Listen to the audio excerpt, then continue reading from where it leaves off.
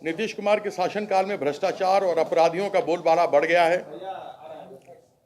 अफसरशाही, भ्रष्टाचार और अपराध की सरकार के अंत का आधार बन चुकी है। विकास के नाम पर जनता को झांसा दिया जा रहा है। इस सरकार के खात्मे के लिए अगले माह से राज्यव्यापी अभियान शुरू करूंगा। इस सरकार को लेकर जनता में घोर निराशा है।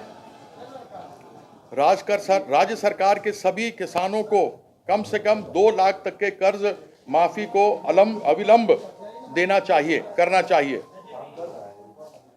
दरभंगा से हवाई सेवा शुरू करने की राज्य सरकार की कोई मंशा नहीं रही है। इस कारण ही 30 एकड़ जमीन अधिग्रहण मामले को लटकाकर रख दिया गया है। फिर भी केंद्र सरकार ने रक्षा मंत्रालय के स्वामित्व वाली जमीन पर कार्य आरंभ किया है।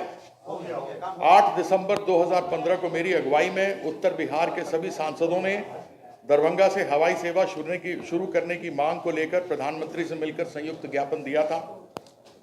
उसी का नतीजा है कि दरभंगा में हवाई सेवा आरंभ करने के लिए नागर विमानन मंत्रालय द्वारा कार्रवाई आरंभ हुई। उत्तर बिहार और मिथिला के प्रति राज्य सरकार के रवैया नकारात्मक रहा है।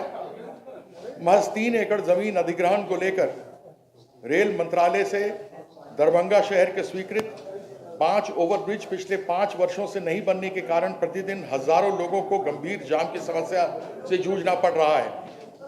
2014-15 के बजट में बिहार के लिए स्वीकृत दूसरे एम्स के स्थल के चयन में 4 वर्ष लगा दिए गए, जबकि यही कार्य 2014 में कर लिया गया होता तो आज दरभंगा में एम्स कार्य कर रही होती और उत्तर बिहार को और नेपाल के मरीजों को इससे बहुत बड़ी राहत मिलती।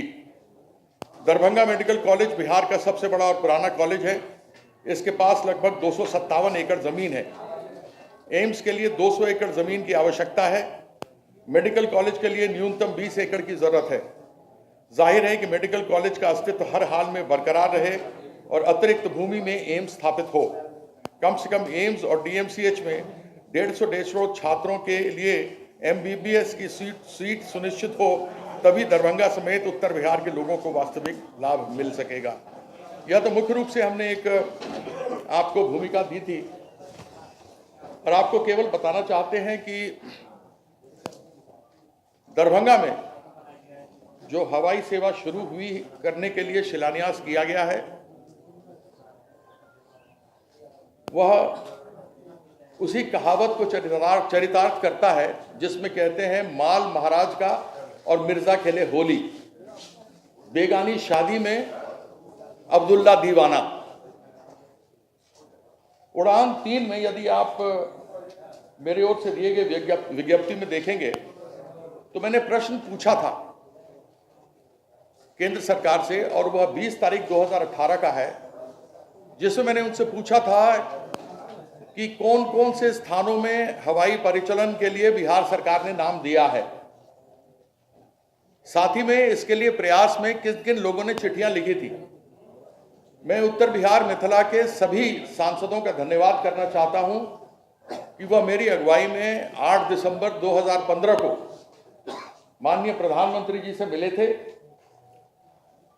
उसका चित्र भी आप सबों को मैंने अपने प्रेस विज्ञप्ति में दिया है, जिसमें हमने मांग की थी कि दरभंगा से एयरपोर्ट की शुरुआत हो, जिससे कि बिहार के गंगा के उत्तर में 25 जिले हैं और दक्षिण में 15 जिले हैं, उन लोगों को बड़ी सहूलियत होगी। आज भी हमको इस तरफ आते आते हम जो पारस के सामने फंसे तो लगभग 1.5 घंटा हमें लगा, नहीं तो हम यहाँ पर 2 बजे पहुंच चुके होते। और हमने उसकी अगुवाई में काम किया। जो उड़ान 3 की लिस्ट है उसमें आप 27 जगहों की लिस्ट देखेंगे, जिसमें बिहार के जहां जहां एयरपोर्ट है वहां का नाम तो दिया गया है, लेकिन दरभंगा का नाम और पूर्णिया का नाम नहीं है। यह सेवा उड़ान 2 के समय में स्वीकृत हुई थी और उस समय केंद्र सरकार को जो हमने चिट्ठी लिखी थी और हम भाग दौड़ कर रहे थे, उसके कारण से केंद्र सरकार ने तय किया था कि दरभंगा उपयुक्त जगह है जहां उड़ान सेवा शुरू हो सकती है। उड़ान 2 के अंतर्गत बिहार सरकार ने केंद्र सरकार के साथ करार किया था कि पूर्णिया और दरभंगा में वह 30-30 एकड़ भूमि अधिकृत करेंगे, जो हवाई परिचालन के लिए जो यात्री सुविधाओं के टर्मिनल बनता है उसके लिए उपलब्ध होगा। आपने देखा जैसे पटना में भी है, अभी अलग जगह ली गई है, इनके फ्लाइंग क्लब का था, वो उन्होंने लिया, उसको बढ़ा रहे हैं। लेकिन 1.5 साल हो गए वह जमीन उन्होंने अधिग्रहण नहीं किया। लेकिन हम 2014 से जो सभी सांसदों के साथ लड़ाई लड़ रहे थे, हम रक्षा मंत्रालय गए, रक्षा मंत्रालय के वायु सेना विभाग में गए, वहां पर हमने बातचीत की। फिर केंद्र सरकार के मिनिस्ट्री ऑफ सिविल एविएशन, नागर विमानन मंत्रालय के एयरपोर्ट्स अथॉरिटी ऑफ इंडिया, उनसे बात की, प्रधानमंत्री के पास गए और तब जाकर दोनों मंत्रालयों के बीच में, केंद्र सरकार के मंत्रालयों के बीच में करार हुआ। और उस करार में एयरफोर्स के एयरपोर्ट के अंदर 2.3 एकड़ जमीन केंद्र सरकार के एयरपोर्ट्स अथॉरिटी ऑफ इंडिया ने 5 साल के लीज पर लिया। उसका 73 लाख लगभग पैसा दे रहे हैं। वहां अस्थायी रूप से यानी टेम्पररी टर्मिनल बनाने के लिए और हवाई पट्टी को सुदृढ़ करने के लिए, रनवे जिसपे हवाई जहाज भागता है और फिर उड़ता है, उसके लिए 92.03 करोड़ रुपया स्वीकृत किया, जो मई तक बनेगा। अभी तक किसी प्रकार से कोई भी बिहार सरकार का हाथ नहीं है। इन्होंने दरभंगा में उस कार्यक्रम को हाईजैक किया। अभी परसों वहां कार्यक्रम हुआ था। आप सभी जानते हैं कि देश में सबसे बड़ा लोकतंत्र का मंदिर संसद भवन होता है, संसद होता है, और उसके अंदर 443 लोकसभा में सांसद हैं, 280 से अधिक राज्यसभा के मेंबर हैं। जो लोकतंत्र के मंदिर में कहीं भी डेमोक्रेसी होती है वहां उनको सर्वोच्च माना जाता है। उसके बाद विधानसभाएं आती हैं, उसके बाद जिला परिषद आता है, उसके बाद में म्युनिसिपैलिटी आता है। इस प्रकार से एक प्रोटोकॉल मेंटेन किया जाता है। लेकिन वहां पर जिस प्रकार से यह घुसे, बेगानी शादी में अब्दुल्ला दीवाना हुआ, यह नीतीश कुमार और सुशील मोदी जी का सदैव इसी प्रकार से कार्यक्रम रहता है।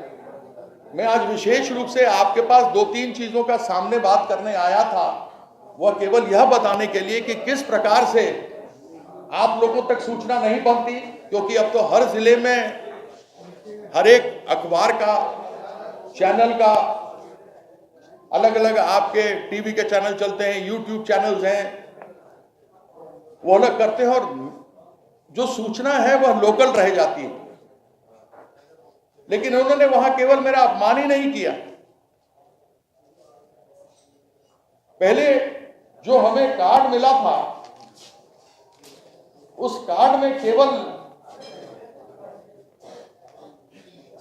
यह निमंत्रण पत्र था, उसमें केवल 6 लोगों के नाम थे। एक तो नीतीश कुमार जी थे, एक सुरेश प्रभु जी थे,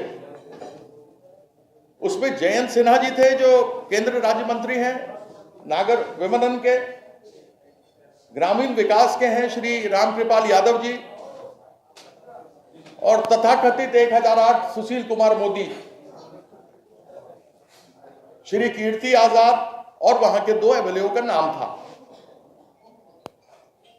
जो परिस्थिति में जहां कहीं भी कार्यक्रम होता है, और विशेष करके जब वह केंद्र सरकार का कार्यक्रम होता है, तो उसमें केंद्र सरकार के मंत्री होते हैं।